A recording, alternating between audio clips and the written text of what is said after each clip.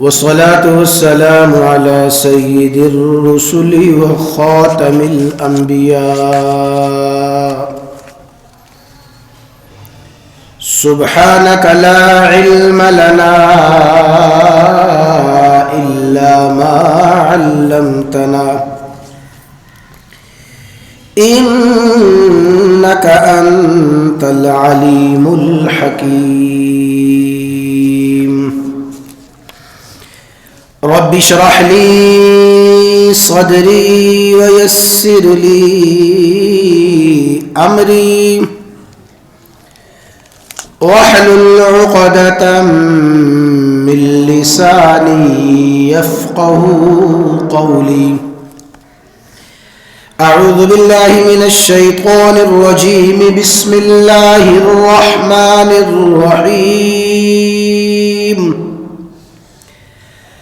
أولم يروا أن الله يبسط الرزق لمن يشاء ويقدر إن في ذلك لآيات لقوم يؤمنون. فآت ذا القربى حقه والمسكين وابن السبيل. وقال الله تبارك وتعالى وآت ذا القربى حقه والمسكين وابن السبيل. وقال رسول الله صلى الله تعالى عليه وسلم من أحب أن يبسط له في رزقه فليصل رحمه. وقال رسول الله صلى الله تعالى عليه وسلم هل تنصرون وترزقون إلا بضعفائكم أو كما قال النبي صلى الله تعالى عليه وسلم إن الله وملائكته يصلون على النبي يا أيها الذين آمنوا صلوا عليه وسلموا تسليما. دروشی پڑھ لیں. اللهم صل على محمد وعلى آل محمد كما صليت على إبراهيم وعلى آل إبراهيم إنك حميد مجيد. اللهم بارك على محمد وعلى آل محمد كما باركت على إبراهيم وعلى آل إبراهيم إنك حميد مجيد.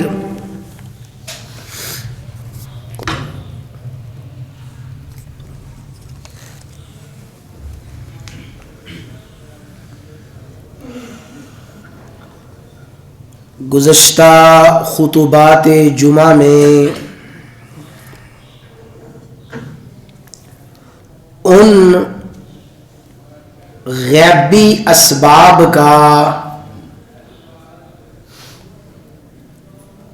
اور ان باطنی اسباب کا ذکر شروع ہوا تھا جو اسباب رزق کی وسعت اور فراخی کا سبب ہے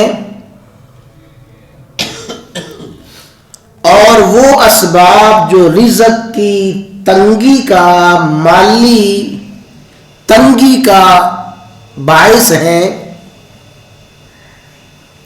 ان اسباب کا ذکر شروع ہوا تھا. اسباب معیشت کی وسعت اور اسباب معیشت کی تنگی کا بیان.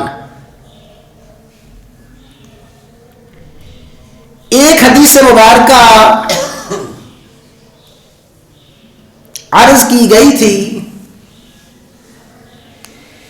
امام الانبیاء سید الانبیاء سید الاولین والآخرین سیدنا و مولانا محمد الرسول اللہ صلی اللہ تعالی علیہ وسلم نے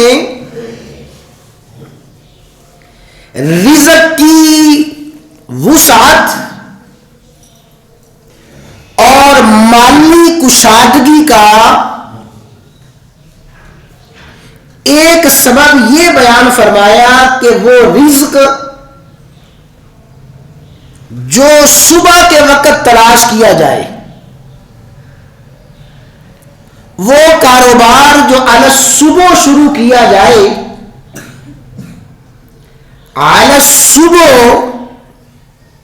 صبح سویرے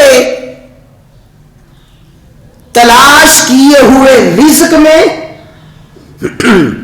صبح سویرے کمائی ہوئی روزی میں اللہ تعالی کی طرف سے وسعت اور برکت ہوتی ہے،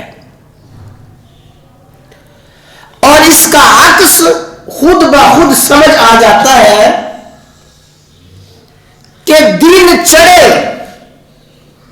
بلکہ دن کے آخری حصے میں کاروبار شروع کرنا اور دن کے آخری حصے میں روزگار کی تلاش کے لیے تگ و دو کرنا، یہ روزگار میں بے برکتی کا اور مال میں نحوست کا سبب ہے۔ اس پہ تو کچھ عرض کیا جا چکا ہے۔ حضرات گرامی، کچھ اسباب وہ ہیں جو ہمیں نظر آتے ہیں، اور ان ظاہری اسباب پہ ہمارا یقین ہے، اور ہم ان ظاہری اسباب کو اختیار کرنا کاروبار کی ترقی کا ذریعہ یقین کیے ہوئے ہیں۔ یقیناً ظاہری اسباب کا انکار نہیں کیا جا سکتا، لیکن ظاہری اسباب سے کہیں بڑھ کے وہ باطنی اسباب ہیں، ظاہری اسباب سے کہیں بڑھ کے وہ غیبی اسباب ہیں جو ہماری روزی کو وسیع کرتے ہیں اور ہماری روزی کو تنگ کرتے ہیں، اس لیے کہ ظاہری اسباب کاروبار افراد کے تجربے کا نتیجہ ہے۔ عموماً ظاہری اسباب تاجروں کی عمر بھر کے تجربات کا نتیجہ ہے،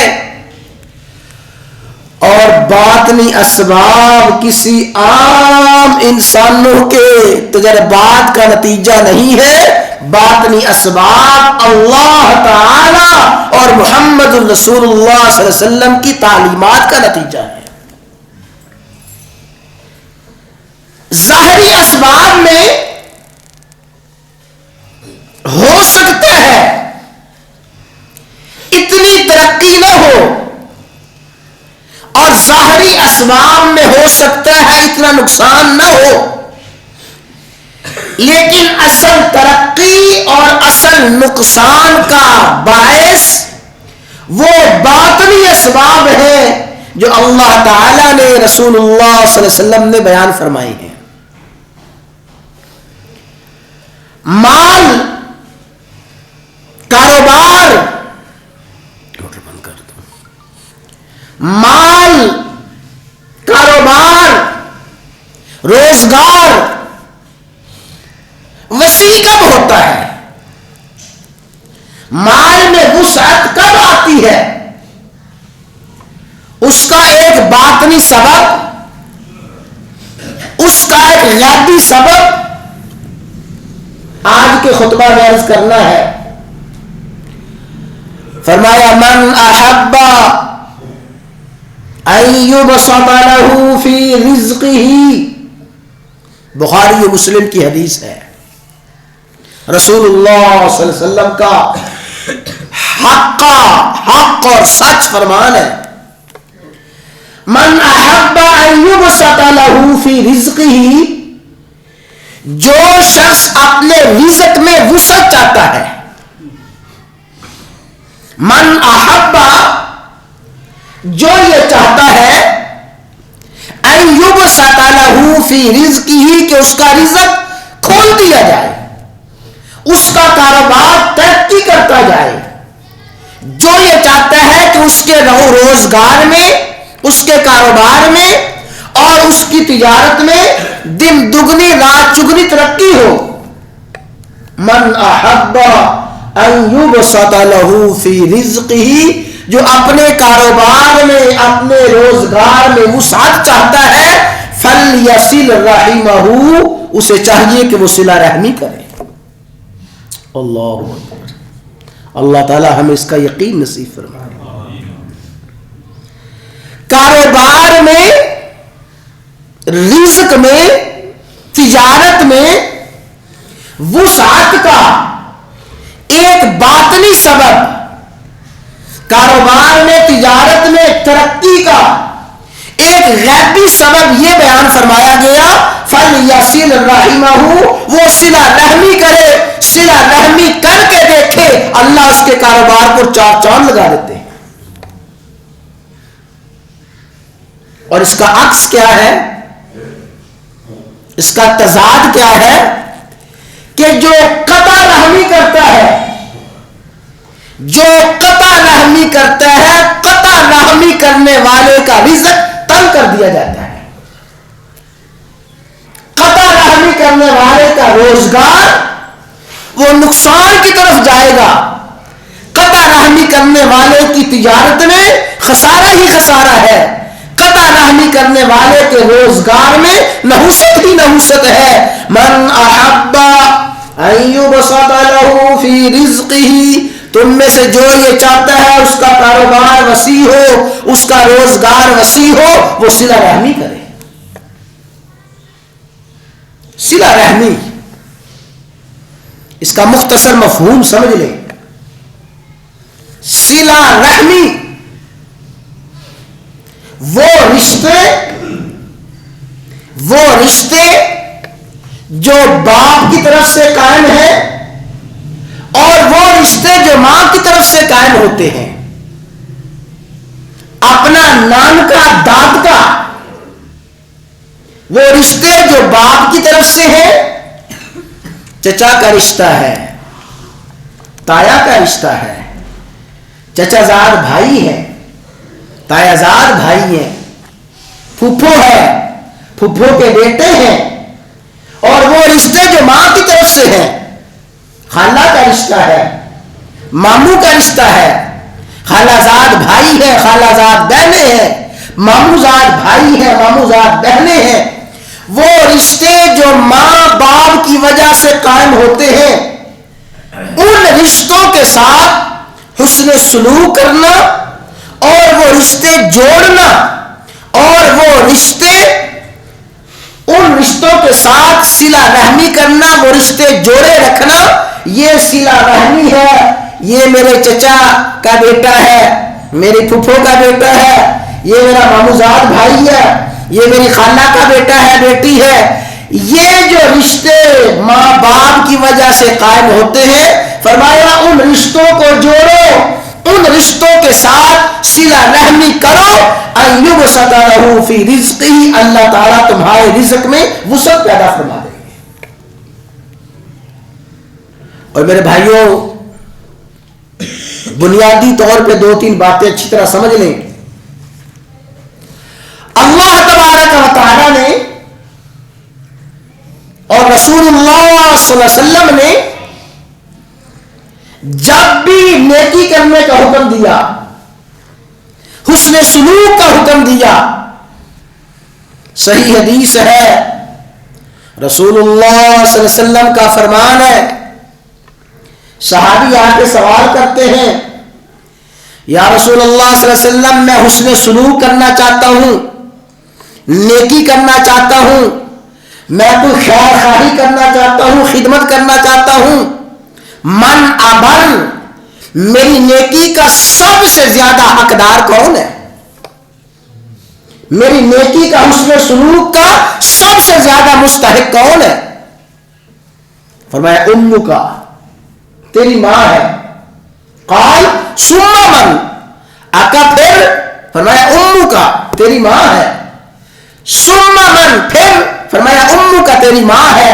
آپ نے 3 مرتبہ فرمایا تیرے حسن سلوک کا، تیری خیرخواہی کا، تیری ہمدردی کا، تیرے میٹھے بول کا، تیرے حسن اخلاق کا سب سے زیادہ حقدار تیری ماں ہے، تیری ماں ہے، تیری ماں ہے۔ اور پھر فرمایا ثم ابو کا، پھر تیرا باپ ہے۔ اور پھر فرمایا ثم ادنا کا فادنا کا، پھر جو رشتہ جتنا زیادہ قریب ہے اتنا ہی زیادہ حسن سلوک کا حقدار ہے۔ پتہ نہیں وہ کیسا مسلمان ہے، کیسا وہ دیندار ہے جو اپنے دوستوں کے ساتھ، اپنے پیر صاحب کے ساتھ بڑا وفادار، بڑی خدمت کرتا ہے، ہر ہفتے پابندی کے ساتھ حاضری دیتا ہے۔ گھر میں بوڑھے ماں باپ ہیں، ان کو بھی پوچھا ہی نہیں۔ گھر میں بوڑھے ماں باپ ہیں، ان کے ساتھ کوئی میٹھا بول بولتا ہی نہیں ہے، ان کے ساتھ کبھی اخلاق کے ساتھ، کبھی محبت کے ساتھ گفتگو نہیں کرتا۔ یہ غیروں کے ساتھ جتنا مرضی اخلاق برت لے، غیروں کے ساتھ جتنا مرضی حسن سلوک کرے، کوئی فائدہ نہیں ہے۔ اس لیے کہ جو جتنا قریبی رشتہ ہے اتنا قریبی رشتہ حسن سلوک کا اتنا ہی زیادہ حقدار ہے۔ ماں باپ کے ساتھ حسن سلوک، پھر ماں باپ کے بعد سب سے پہلا رشتہ ہے چچا کا، تایا کا۔ سن لے حدیث مبارکہ، فرمایا عم الرجل سلو اخیہ، جو چچا ہے، عم الرجل سلو ابیہ، فرمایا جو چچا ہے، چچا تو باپ کی طرح ہے، چچا تایا باپ کی طرح ہے۔ الخالۃ مثل الام، خالہ ماں کی طرح ہے۔ اللہ تعالی نے حسن سلوک میں، خدمات میں قریبی رشتہ داروں کو اولیت دی ہے، فوقیت دی ہے۔ اور حدیث مبارکہ یاد رکھ لیں، رسول اللہ صلی اللہ علیہ وسلم نے ارشاد فرمایا، کوئی شخص کسی اجنبی پہ، کسی غیر پہ، رشتہ دار نہیں ہے، خاندان کا نہیں ہے، محلے دار ہے، مستحق ہے، فرمایا کسی غیر پہ خرچ کرتا ہے، اس پہ بھی اجر ہے، ثواب ہے، خرچ کرنے کا اجر ہے۔ لیکن ایک شخص خرچ کرتا ہے اپنے قریبی پر، اپنے رشتہ دار پر، اپنے چچا کے بیٹوں پر، اپنے پھوپھوں کی بیٹوں پر، اپنے ماموزاد بھائیوں پر، اپنی خالازاد بہنوں پر خرچ کرتا ہے، فرمایا وہ جو قریبیوں پہ خرچ کرنے والا ہے اللہ تعالیٰ اسے دوہرا اجر عطا فرماتے ہیں۔ ایک اجر تو ہے خرچ کرنے کا اور دوسرا اجر ہے صلہ رحمی کرنے کا۔ صلہ رحمی کرنے کا اجر، خرچ کرنے کا اجر، یہ دوہرا اجر ہو جاتا ہے۔ تو اپنے اعزا اقربا رشتہ داروں پر خرچ کرنا یہ دوہرے اجر کا باعث ہے۔ اور اللہ تعالیٰ نے قرآن کریم میں یہی فرمایا، وَآتِ ذِی الْقُرْبَى حَقَّهُ، جو قرابت دار ہے، رشتہ دار ہے، ان کو ان کا حق دو۔ اللہ اکبر۔ ہمارے ہاں جہالت کے بدترین نظریات میں، توجہ کے ساتھ بات سمجھ لیں، اللہ تعالیٰ ہمیں سمجھنے کی، عمل کرنے کی توفیق عطا فرمائے۔ ہمارے معاشرے میں جاہلیت کے بدترین نظریات میں، بلکہ جاہلیت کیا، کفر کے بدترین خیالات میں ایک نظریہ، ایک خیال ہے شریکہ۔ یہ جو شریکہ ہے یہ باطل کا نظریہ ہے. یہ جو شریکہ ہے یہ تو کفر کا نظریہ ہے. اسلام کا نظریہ یہ ہے کہ جس کو اللہ تعالیٰ نے میرا شریک بنایا ہے، میرا سگا بھائی، میری سگی بہن، میرے بھائی کے بیٹے، میری بہن کے بیٹے، وہ میرے حسن سلوک کے سب سے زیادہ حقدار ہیں. ان کے ساتھ اللہ تعالیٰ نے سب سے پہلا حق رکھا ہے. اور یہ حدیث سن لیں، اللہ اکبر. فرمایا لیس الواصل بالمکافی،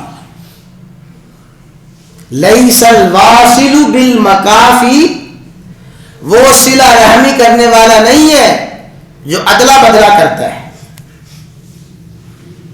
ادلا بدلا کرنے والا صلہ رحمی کرنے والا نہیں ہے. میرے رشتہ دار مجھے آ کے ملتے ہیں، میں بھی مل لیتا ہوں. میرے رشتہ دار میری غمی خوشی میں شریک ہوتے ہیں، میں بھی شریک ہو جاتا ہوں. وہ میرے دکھ درد کے ساتھی بنتے ہیں، میں بھی ان کے دکھ درد کا ساتھی بن جاتا ہوں. فرمایا لیس الواصل بالمکافی، ادلا بدلا کرنے والا صلہ رحمی کرنے والا نہیں ہے. کیوں؟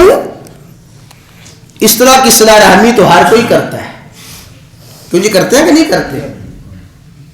ادلا بدلے کی صلہ رحمی تو ہر کوئی کرتا ہے.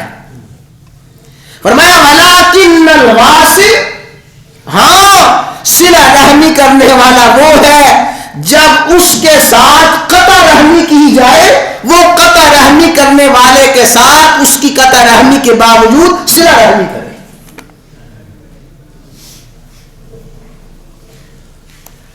مشہور عالم دین ہیں، اللہ تعالیٰ نے بڑی صفات عطا فرمائی ہیں. مولانا طارق جمیل صاحب، اللہ تعالیٰ ان کو لمبی عمر عطا فرمائے، اخلاص عطا فرمائے. ایک بیان میں فرما رہے تھے، فرمایا کہ تمام اخلاق حسنہ کا مجموعہ، بڑی توجہ کے ساتھ سمجھنے والی بات ہے، تمام اخلاق حسنہ کا مجموعہ جس حدیث کو اہل علم نے اقرار دیا ہے کہ جتنے اخلاق حسنہ ہیں ان کا مجموعہ، ان کا خلاصہ، ان کا لب لباب یہ حدیث ہے.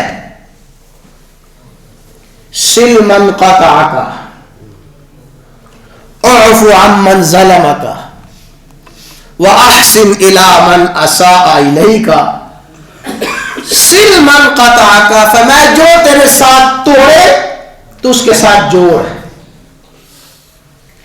اعف عمن ظلمک، جو تجھ پہ زیادتی کرے اسے معاف کر دے. واحسن الی من اساء الیک، جو تیرے ساتھ برائی کرتے ہیں اس کے ساتھ اچھائی کر. تمام اخلاق حسنہ کا مجموعہ یہ حدیث مبارکہ ہے. تو مولانا فرماتے ہیں کہ اگر میری ملاقات مولانا سعید احمد خان رحمہ اللہ تعالی سے نہ ہوئی ہوتی تو میں یہ کہتا کہ میں نے اپنی پوری زندگی میں اس حدیث پر 100% عمل کرنے والا کوئی نہیں دیکھا. لیکن ہم کہہ سکتے ہیں، میں تو کہہ سکتا ہوں، آپ بھی کہہ سکتے ہیں کہ ہم نے اس حدیث پر 100% عمل کرنے والا کوئی نہیں دیکھا. کیوں جی ایمانداری سے بتائیں، دیکھا ہے؟ صل من قطعک، جو تیرے ساتھ توڑے اس کے ساتھ جوڑ. اعف عمن ظلمک، جو تجھ پہ زیادتی کرے اسے معاف کر دے. واحسن الی من اساء الیک، جو تیرے ساتھ برائی کرے اس کے ساتھ اچھائی کر. فرماتے ہیں مولانا سعید احمد خان رحمہ اللہ تعالی سے اگر میری ملاقات نہ ہوئی ہوتی تو میں کہتا میں نے اس حدیث پہ عمل کرنے والا کوئی نہ دیکھا. لیکن اللہ تعالیٰ نے مجھ پہ مہربانی فرمائی، مجھے حضرت کے خدمت میں کچھ سال رہنے کا موقع ملا، اور میں کہتا ہوں کہ میں نے اس شخص کو اپنی پوری زندگی میں اس اکیلے شخص کو دیکھا ہے اس حدیث پہ 100% عمل کرنے والا. اور پھر ان کے حالات میں لکھا ہے کہ مولانا سعید احمد خان رحمہ اللہ تعالی مکہ مکرمہ میں رہتے تھے، ہمارے پاکستان کے تھے. مکہ مکرمہ میں رہتے تھے، اکلوتی بیٹی تھی ان کی اور کوئی اولاد نہیں ہے. انہوں نے پاکستان کے ایک عالم تھے، مفتی تھے، ظاہر ہے ان کے تعلق والے، حضرت کی بیٹی کا رشتہ ان مفتی صاحب کے ساتھ ہو گیا.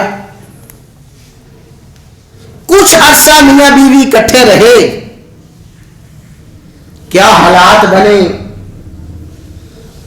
نبھا نہ ہو سکا. مفتی صاحب نے مولانا سعید احمد خان رحمہ اللہ تعالی کی بیٹی کو طلاق دے دی. طلاق دی، بیٹی طلاق لے کے والد کے پاس چلی گئی. مولانا سعید احمد خان رحمہ اللہ تعالی کا معمول یہ تھا کہ وہ ہر سال پاکستان تشریف لاتے، 2-2.5 ماہ پاکستان رہتے، 3 ماہ پاکستان میں رہتے تھے. تمام علماء کو جا کے ملتے، مدارس میں جاتے، بزرگوں سے ملاقات کرتے. ہمارے گکھڑ میں بھی تشریف لایا کرتے تھے حضرت شیخ رحمہ اللہ تعالی کے پاس. تو جب بیٹی کو طلاق ہوئی تو طلاق کے کچھ عرصہ بعد پھر پاکستان تشریف لائے. پاکستان تشریف لائے، حسب معمول اپنے دوستوں سے ملے، علماء سے ملاقات کی، بزرگوں کے پاس گئے، مدارس میں گئے، اور جن لوگوں کو پتہ چلتا تھا خود بھی مولانا کے پاس ملاقات کے لیے، زیارت کے لیے آ جاتے تھے. ظاہر ہے کہ مفتی صاحب نے کہاں آنا تھا اور کیوں آنا تھا، جنہوں نے بیٹی کو طلاق دی تھی. تو جب کچھ دن گزرے، مولانا سعید احمد خان رحمہ اللہ تعالی نے علماء کی ایک جماعت کو ساتھ لیا اور مفتی صاحب کے گھر میں گئے اور جا کے مفتی صاحب سے فرمایا کہ حضرت مفتی صاحب، میں آپ کے پاس اس لیے آیا ہوں کہ میری بیٹی وہ آپ کی بیوی باقی آپ کے گھر میں آئی تھی اور میری بیٹی کے ذمے آپ کے بہت سے حقوق تھے. پتہ نہیں میری بیٹی نے آپ کے کتنے حقوق تلف کیے ہوں گے، آپ کے کتنے حق ضائع کیے ہوں گے. تو مفتی صاحب، خدا کے لیے میری بیٹی نے آپ کے حقوق میں جو حق تلفی کی ہے، آپ اللہ کی رضا کے لیے ان کو معاف کر دیں.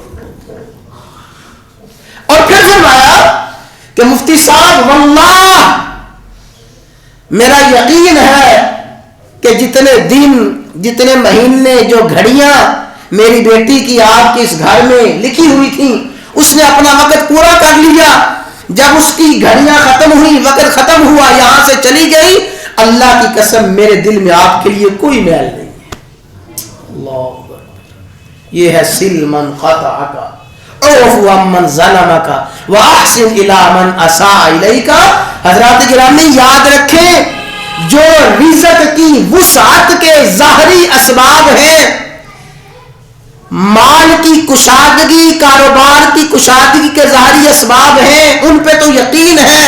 یہ جو باطنی اسباب ہیں، فرمایا من احب ان یبسط له فی رزقہ، جو شخص اپنے رزق میں وسعت چاہتا ہے، اپنے کاروبار میں ترقی چاہتا ہے، اپنی تجارت میں اضافہ چاہتا ہے، ایک دکان سے 2 دکانیں، ایک کارخانے سے 2 کارخانے، ایک کاریگر ہے 2 کاریگر آ جائیں، اس کا رزق بڑھتا جائے بڑھتا جائے. جو اپنے کاروبار میں وسعت چاہتا ہے، فلیصل رحمہ، صلہ رحمی کر کے دیکھیے، صلہ رحمی کرے، اللہ اس کے کاروبار میں 4 چاند لگا دیں گے.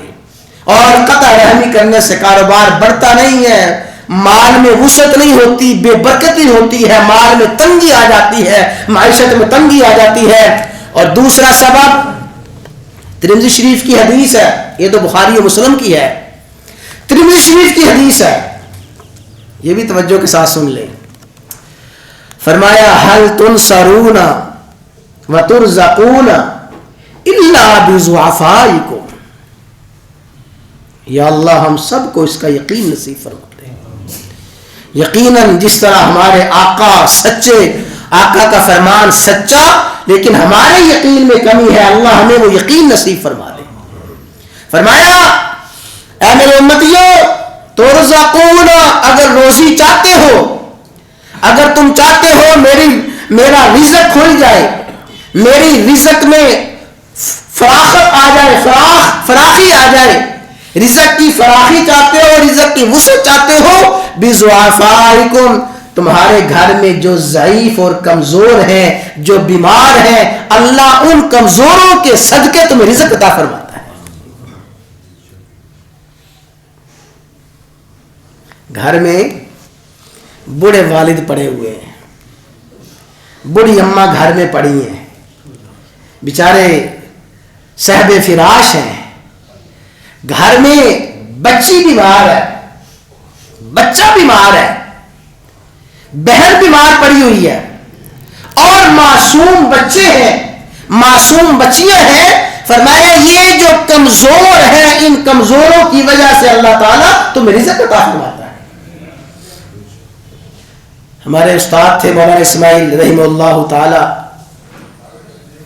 ہم نے دیکھا استاد بھی اس وقت تقریباً جب ہم پڑھتے تھے تو 70-75 سال کی عمر کے تھے، ان کے والد صاحب 100 سال سے زیادہ عمر کے تھے، حاجی ایوب صاحب رحمہ اللہ تعالی۔ بابا جی جتنی زیادہ عمر تھی اتنی ہی طبیعت میں سختی تھی، اور بڑھاپے کی وجہ سے اور سختی آ جاتی ہے، بہت سخت طبیعت، بڑے بڑے ان کے حالات ہم نے دیکھے۔ ہمارے استاد اکیلے تھے، ان کے اکلوتے بیٹے تھے، ہر وقت ابا جی کی خدمت میں کھڑے رہتے، ہر وقت کھڑے رہتے۔ اور پھر حاجی صاحب ایک وقت آیا، صاحب فراش ہوئے، بیمار ہو گئے، بڑا عرصہ بیمار رہے، پھر ہمارے سامنے ہی انتقال ہوا۔ تو کچھ دن گزرے، ہمارے استاد سبق پڑھا رہے تھے، سبق پڑھاتے پڑھاتے ٹھنڈی آہ لی اور فرمایا کہ عزیزو، جب سے میرے والد صاحب فوت ہوئے ہیں میرے گھر سے برکت ختم ہو گئی ہے۔ ابا جی فوت ہوئے ہیں، گھر سے برکت ختم ہو گئی ہے۔ حالانکہ بظاہر برا باپ، بیمار باپ، ہر وقت اس کا خیال رکھنا ہے، بظاہر اس کی کیا برکات ہیں، لیکن یہ وہ باطنی برکات ہیں، وہ غیبی برکات ہیں جن کو لسان نبوت نے بیان فرمایا، هل تنصرون وترزقون الا بضعفائکم۔ لوگوں اگر رزق چاہتے ہو، کاروبار میں وسعت چاہتے ہو، یہ جو گھر میں کمزور پڑے ہیں، معصوم بچے ہیں، چھوٹے چھوٹے بچے اللہ نے دیے ہیں، بچیاں دی ہیں، بوڑھے والدین ہیں، اور کوئی بہن بھائی ہیں کمزور ہیں، ان کا خیال کرو، ان کے ساتھ حسن سلوک کرو، اللہ ان کی برکت ہی سے تمہیں روزی عطا فرماتا ہے۔ تو میرے بھائیوں، عزیز ساتھیوں، اسباب معیشت کی وسعت، معیشت، کاروبار بڑھتا کیسے ہے، مال کیسے بڑھتا ہے، وہ ظاہری اسباب ہمارے سامنے ہیں، لیکن اصل اسباب یہ باطنی اسباب ہیں، غیبی اسباب ہیں۔ دو میں نے آج حدیثیں عرض کی ہیں کہ صلہ رحمی کرنے سے اللہ تعالیٰ مال بڑھا دیتے ہیں، اور دوسرا فرمایا گھر میں جو کمزور ہیں، جو ضعفاء ہیں، ان ضعفاء کمزوروں کی وجہ سے اللہ تعالیٰ تمہارا رزق بڑھا دیتے ہیں۔